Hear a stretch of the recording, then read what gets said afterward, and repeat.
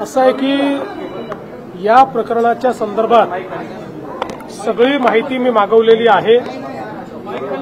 महसूल विभाग असेल, आयजीआर असेल, लँड रेकॉर्ड्स असतील, या संदर्भातली सगळी माहिती मी मागवलेली आहे।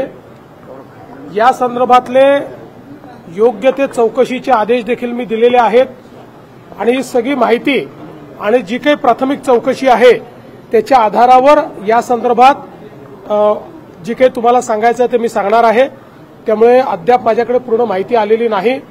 प्रायमा फेसी जे मुद्दे समोर येत आहेत ते मुद्दे गंभीर आहेत, त्याच्यामुळे त्याची योग्य प्रकारची माहिती घेऊनच बोललं पाहिजे।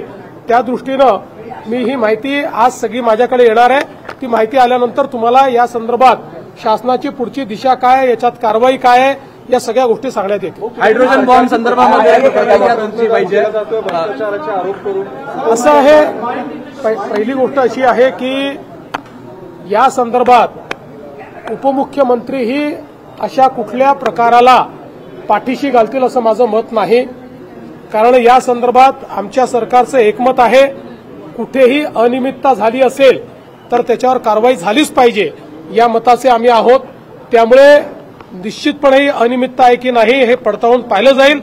अनियमितता असेल तर त्याच्यावर अतिशय कडक कारवाई ही केलीच जाईल। त्यांनी तुमची ऑडिओ क्लिप ऐकून दाखवली कर्जमाफीबाबत आणि सरकारवर टीका केलेली आहे। मी या संदर्भात कालच बोललेलो आहे।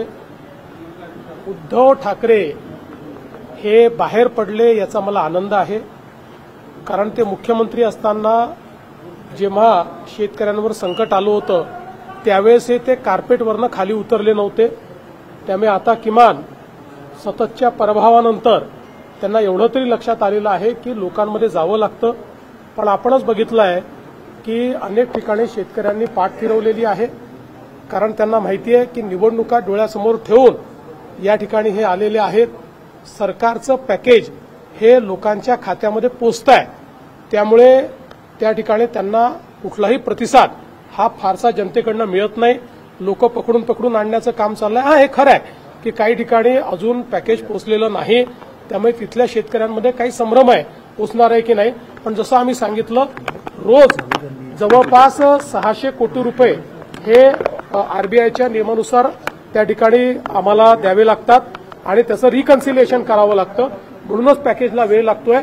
पण आता जवळपास हे संपूर्ण पॅकेज येत्या काळामध्ये शेतकऱ्यांच्या खात्यामध्ये जाईल। त्यामुळे मला असं वाटत नाही की निवडणुकीच्या तोंडावर कितीही प्रयत्न केला तरी देखील उद्धव ठाकरेंना फार रिस्पॉन्स मिळेल। राहुल गांधी यांनी कामठीबाबत आरोप केले होते। आता कामठीचे काँग्रेसचे उमेदवार सुनील भोयर यांचंच मतदान 2 ठिकाणी नोंदणी झालेली आहे, ते व्हायरल झालेलं आहे। राहुल गांधी ज्यावेळेस हायड्रोजन बॉम्ब म्हणतात त्यावेळेस ती फुसकी त्या ठिकाणी लवंगी असते, हे आता सगळ्यांच्याच लक्षात आलंय। काल तर ते स्वतःच असे सापडलेले आहेत की त्यांनीच मॉर्फ केलेला फोटो दाखवलाय असं काही चॅनल्सनी क्लिअर कट दाखवलेलं आहे। त्या चॅनल्सनी जाऊन त्या वोटरची पडताळणी केली, वोटर तिथेच सापडले। फक्त राहुल गांधींनी त्यांचा चेहरा दुसरा दाखवलेला आहे हे देखील त्या ठिकाणी लक्षात आलेलं आहे।